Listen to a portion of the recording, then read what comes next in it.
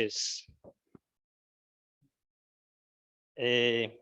Damos gracias al Señor porque nos permite reunirnos en torno a su palabra, ¿cierto? Los quiero invitar a que abramos las copias de nuestras Biblias allí en la profecía de Ezequiel, ¿sí? Vamos a leer la profecía de Ezequiel. Vamos a leer la profecía de Ezequiel y pues vamos a pedirle al Espíritu Santo que nos dé un poco de su sabiduría y su entendimiento para que podamos tener material, ¿cierto? Para que podamos tener meditaciones delante de él. Vamos a leer en Ezequiel capítulo 16. Vamos a leer, bueno, el capítulo es un poco extenso, pero pues trataré de hacer algunas anotaciones a lo largo del capítulo a medida que desarrollamos la idea. Leamos los dos últimos versos. Leamos Ezequiel capítulo 16, verso 62 y 63.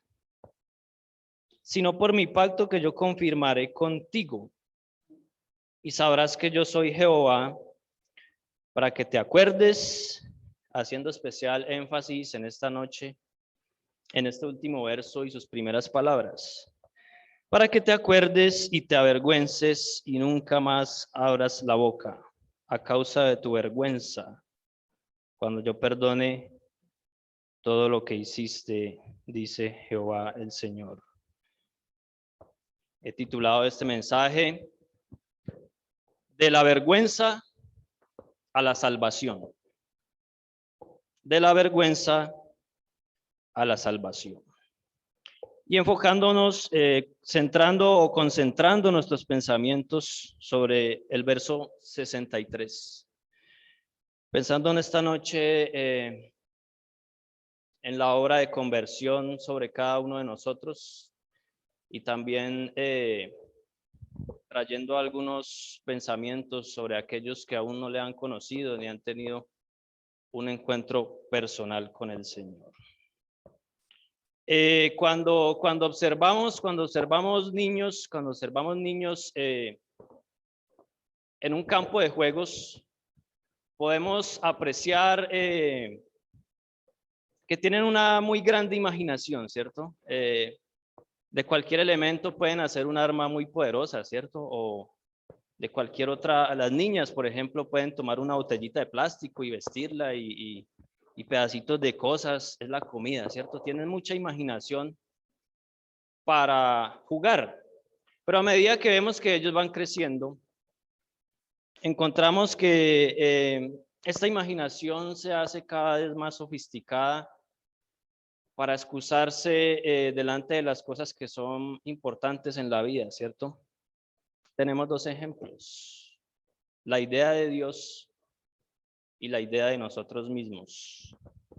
Cuando se trata de Dios, la tendencia del hombre es empezar a traerlo desde la posición más alta en la que él está y empezar a traerlo, ¿cierto?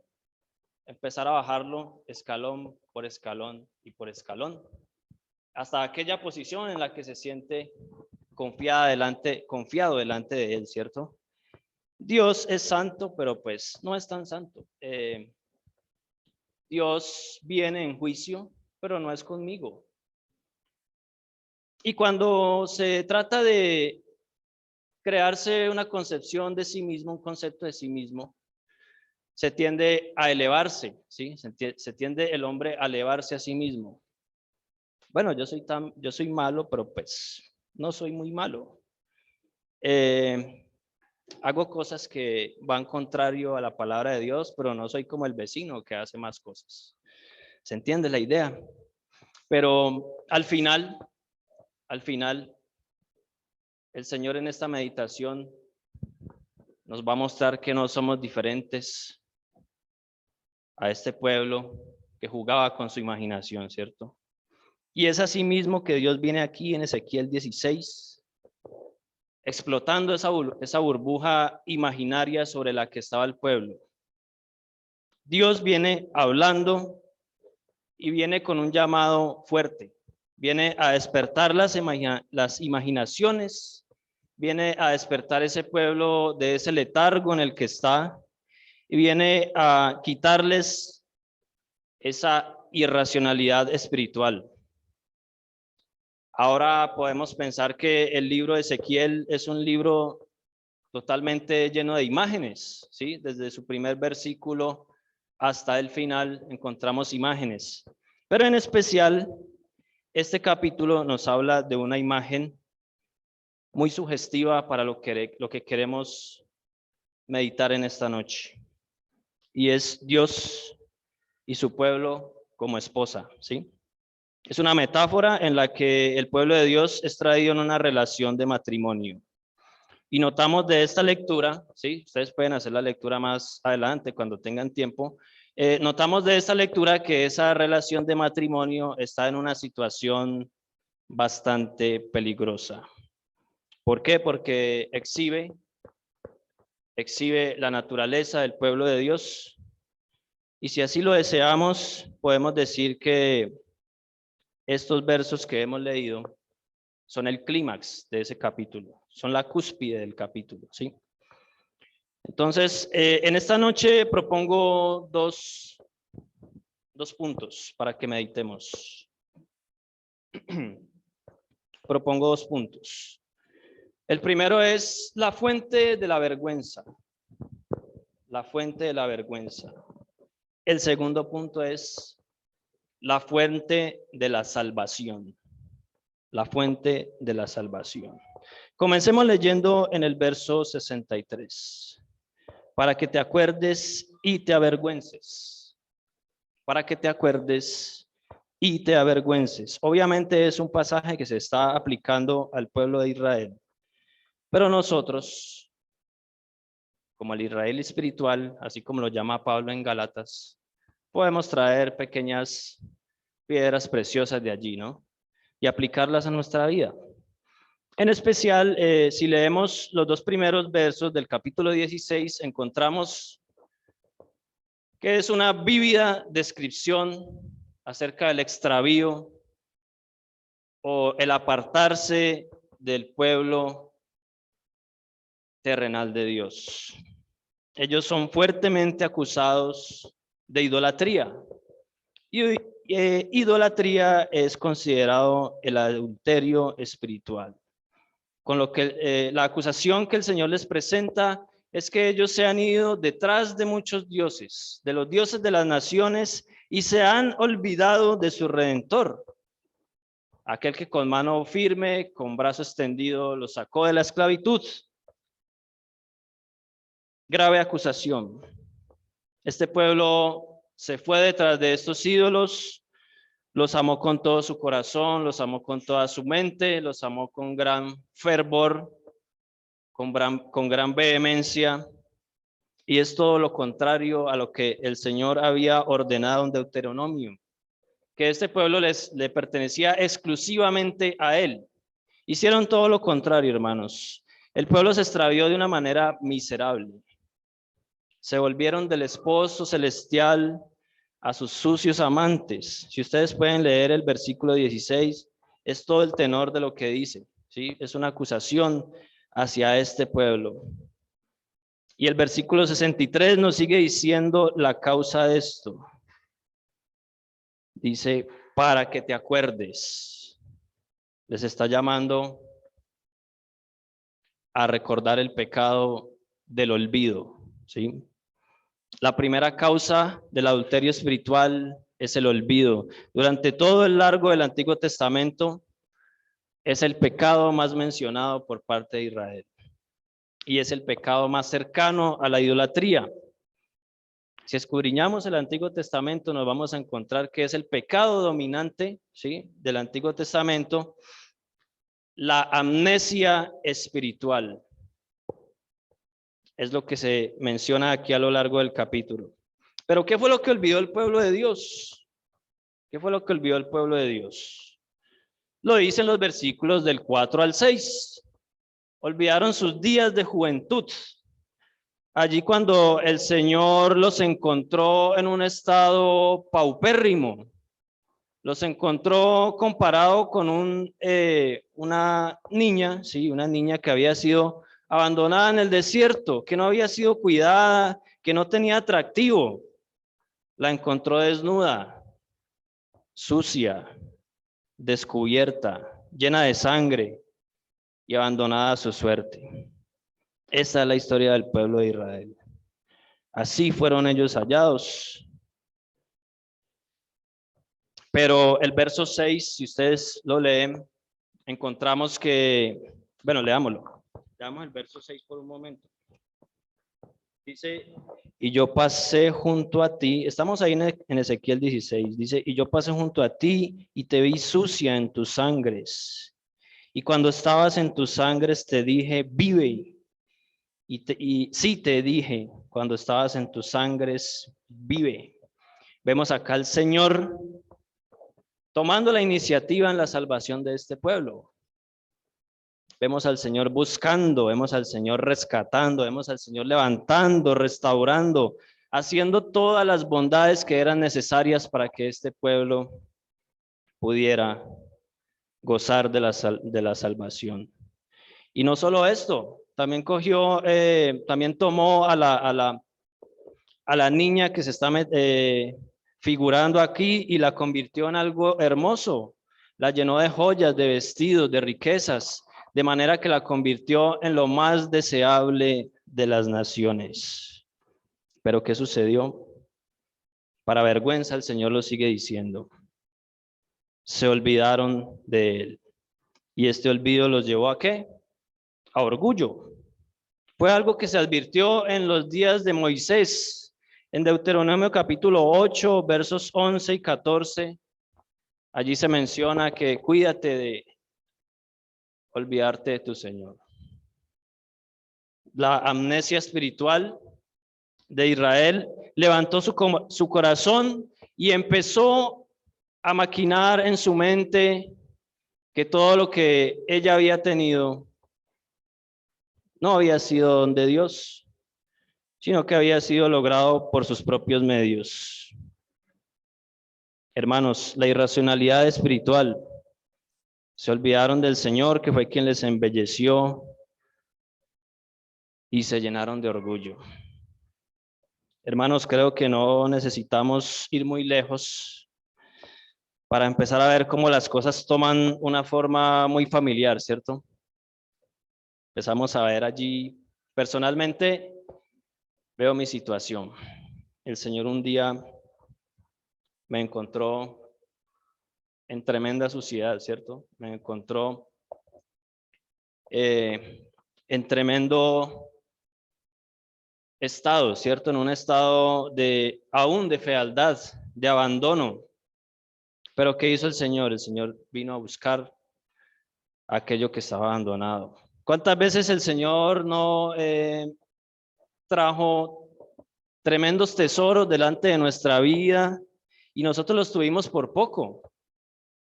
¿Cuántas veces el Señor no nos mostró las bondades, no nos mostró los privilegios que tiene aquel que cree en Él?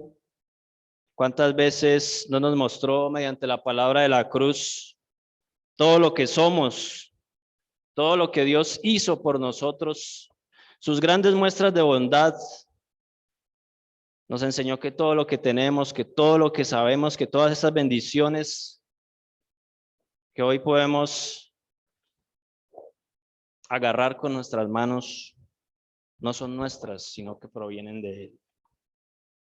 Y nosotros en ocasiones, o lo digo por mí mismo, tuvimos esto por poco y lo apartamos de nosotros, ¿cierto? Todo lo que es espiritual a Él le pertenece y es dádiva de Él. ¿Cuántas veces yo me he enorgullecido pensando que ha sido por mis mejorías que lo que tengo lo he logrado y no he dado toda la gloria al Señor? No somos diferentes a Israel, ¿verdad? No somos diferentes a su pueblo. Entonces, miren que el Señor está llamando en esta noche a los pecadores al arrepentimiento. Creo que son las mismas palabras de Romanos 3:19. Si podemos leerlo, por favor, Romanos 3:19. Creo que concuerda mucho con lo que venimos pensando. Romanos 3:19 nos dice lo siguiente.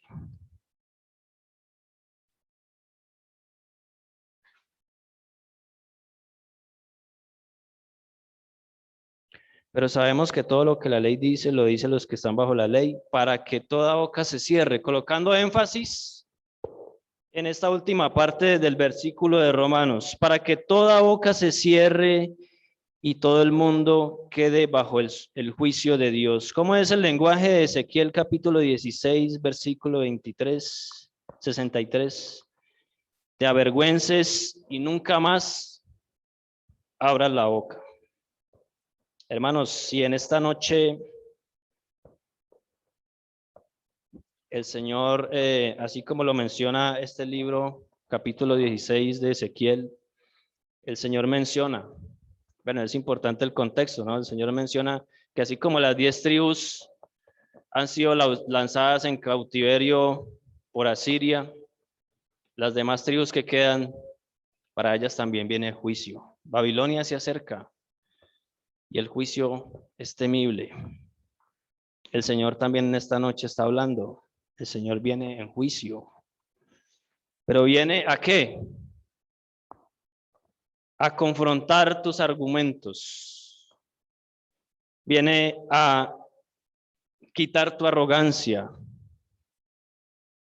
Viene a quitar la vanagloria. Cuando el Señor se presente delante de ti con su ley, ¿cómo te comportarás? Cuando el Señor venga a confrontarte, cuando el Señor venga a confrontarte con su evangelio bendito, ¿qué argumentos esgrimirás para justificar tu extravío, para justificar el desprecio de todas las bondades que Él ha puesto delante de ti? Ya no podrás decir aquello, ya no podrás decir esto, lo otro. Ya no habrá más excusas. Ya no podrás decir mi jefe, mi trabajo, mis hijos, mis padres. Estarás en silencio delante de Él, así como también un día nosotros lo estuvimos. Cuando estuvimos avergonzados delante de Él, cuando no pudimos abrir más nuestra boca y el Señor nos confrontó con su magnífica palabra. El Espíritu Santo que en esta noche nos ayude a entender que delante de el Dios justo no hay ningún argumento. Muchas gracias, hermano. Cuando de verdad contemplemos su justicia, declararemos, Él es veraz, nosotros mentirosos. Él está en lo correcto.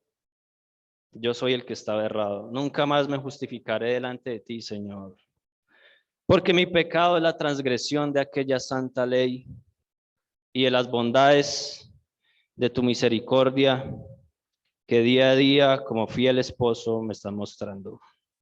Y también esta analogía del esposo nos invita a que aquellos que aún no se han unido a la fiesta de sus bodas atiendan el llamado, que aquellos que no han venido al banquete que Él está preparando delante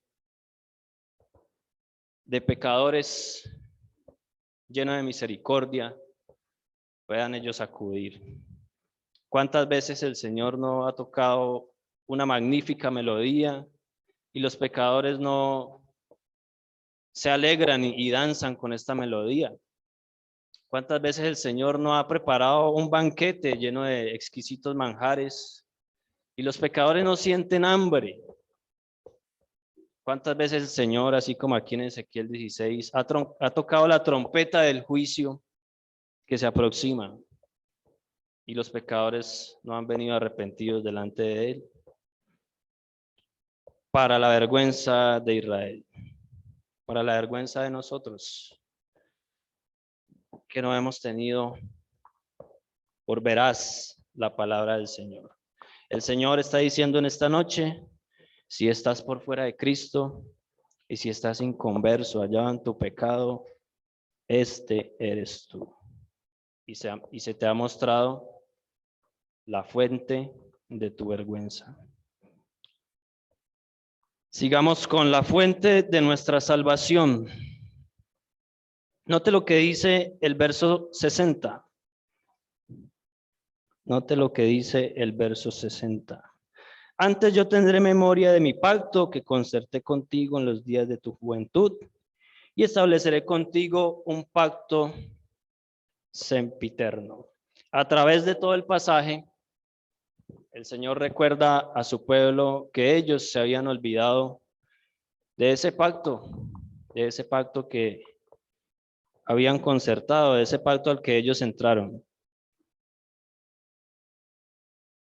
Pero el Señor aquí está diciendo que Él no se ha olvidado, que Él continúa recordando. Y qué marcado contraste,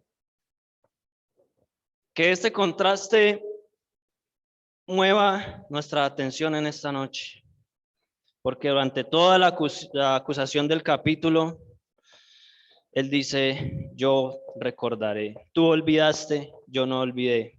Tú me abandonaste, yo me mantuve. Tú me despreciaste, yo seguía llamándote. En los días de tu juventud, Él tomó la iniciativa. Observe los pronombres a través del capítulo. Dice, yo, Jehová, yo hice, yo busqué, yo llamé. Se retrata Dios mismo, llegando de pecadores indignos, despreciables, desechados, pero se presenta como aquel amado, amante esposo que aún está llamándoles para que vengan a esa magnífica relación, llamándoles al arrepentimiento, a la fe, porque Él es fiel a sí mismo y no puede negarse. El versículo 61 dice,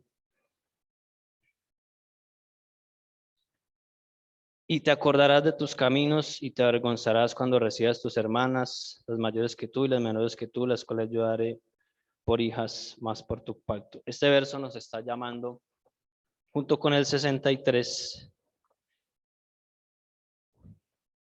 a que cuando el Señor nos muestra nuestro pecado,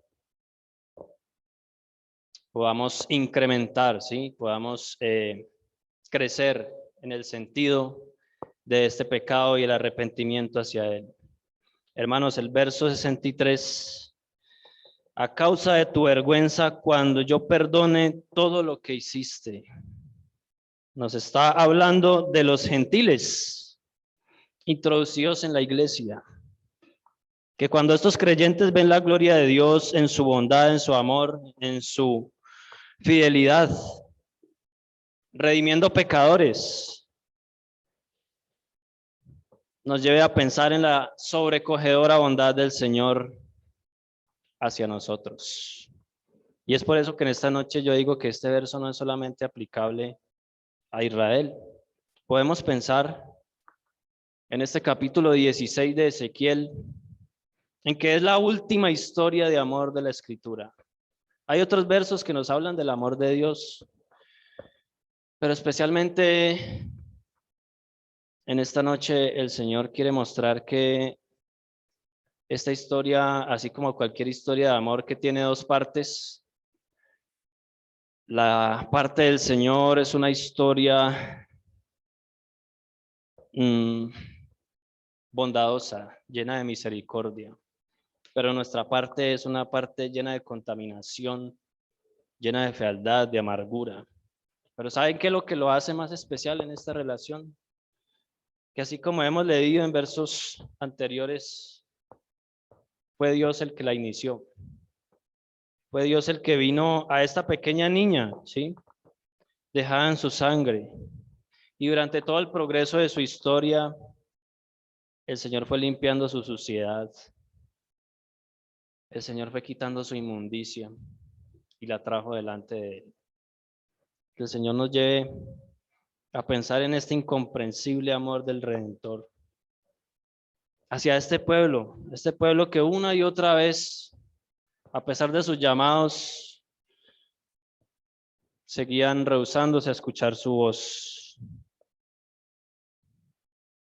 Podemos pensar, podemos observar la imaginería del verso Dice, cuando yo perdone todo lo que hiciste. Podemos ver ese Dios que venía presto a juzgar el pecado de su pueblo, pero que en el camino fue apaciguado. Podemos pensar aquí en el Señor Jesucristo. Él puede venir a tu mente, puede venir Él a tu mente en estos momentos y puedes contemplar al Señor Jesucristo cubriendo por nuestros pecados, alejando estos pecados del pueblo, alejando estos pecados del pueblo, tan lejos como está el oriente del occidente, hermanos. Colocándose Él en medio de su pueblo, lavándonos, embelleciéndonos, haciéndonos dignos de participar con Él. Pero diremos, hermanos, ¿en dónde fue esta obra? ¿Cómo la hizo el Señor? En la cruz de Cristo. Pensemos atentamente en las imágenes que tiene este pasaje, capítulo 16 de Ezequiel, y reflexionemos en todo lo que el Señor ha hecho por nosotros, reflexionando allí en el espejo de su pueblo terrenal. Pero hay aún más, hay muchísimo más. Creo que ya me está acabando el tiempo, pero hay muchísimo más por lo que podemos meditar en esta noche. Para ir terminando, quiero meditar en el verso 62, en su última parte.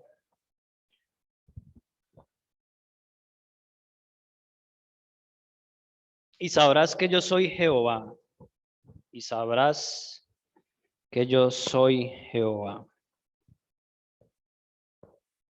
Dios glorificándose a sí mismo en toda esta obra de la salvación. Qué increíble maravilla, hermanos. Qué increíble maravillas. Esta es una frase que es común en el libro de Ezequiel, ¿no? Es una frase que es común en el libro de Ezequiel. Sabrás que yo soy Jehová. Y siempre se menciona después de una palabra de juicio, al final de una sentencia de juicio. Te juzgaré y sabrás que yo soy Jehová. Pero en esta noche los papeles parecieran invertirse, ¿cierto? Dice, cuando yo perdonare todo lo que hiciste, sabrás que soy Jehová. Hermanos, aquí tenemos el Evangelio. Tenemos el resumen, la epítome, la quintaesencia del Evangelio. La misericordia de Dios anuncia la conclusión de que Él trae paz y ánimo delante de su pueblo. Conoceremos a Dios, el nombre de Dios, de otra manera. Muchos de los nombres de Dios son sacados de analogías terrenales. Mi roca, mi protector. Pero especialmente en esta noche es el nombre Jehová. Es el Dios del pacto. El Dios del nuevo pacto. Y Él quiere en esta noche que tú seas partícipe de este pacto. Y que si tú has dado la espalda, si tú has despreciado aquellas misericordias, aquellos ricos tesoros con el que el Señor nos ha bendecido, vuelvas nuevamente a Él porque Él está presto a perdonar. Y es así como iniciamos este mensaje. Todas estas imaginaciones que tienen las personas de fabricarse imágenes de Dios, hoy las está deshaciendo. Te está mostrando que no puedes minimizar su perdón.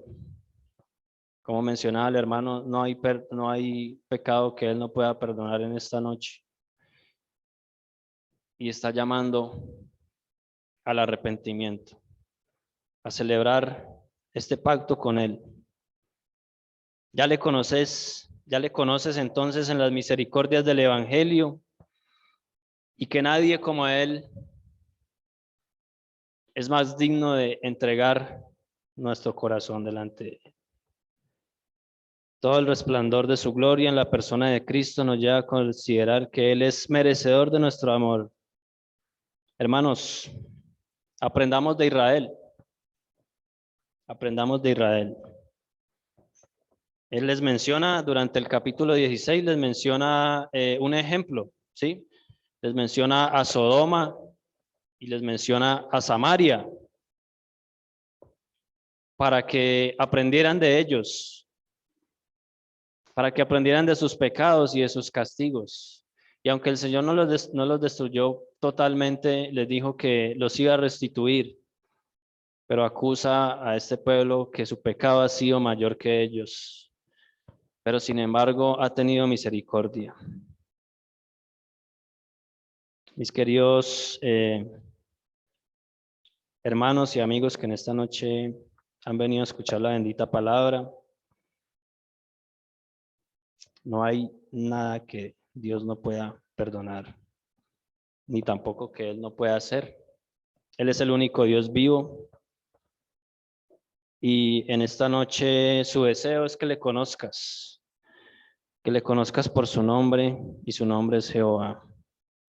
Mis queridos hermanos, jóvenes, mayores, no tan mayores, este pasaje viene del Señor en esta noche y nos hace pensar en que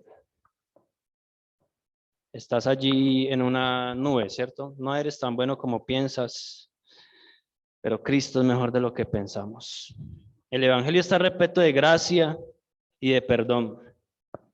El Señor está demandando sobre nosotros en esta noche que nos volvamos en arrepentimiento delante de Él, porque Él es el único que puede limpiar nuestras suciedades, nos puede salvar, y que delante de Él no podemos huir, no podemos ocultarnos.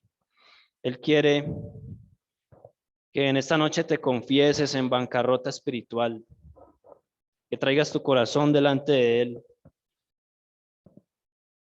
que puedas renunciar a todos tus argumentos, a toda tu imaginación, y que confieses que Jesucristo es el único que puede hacerte aceptable delante de Él, el Dios Santo. Que este mensaje, hermanos, sea recibido con la administración del Espíritu Santo y que produzca arrepentimiento, así como era el deseo de nuestro hermano.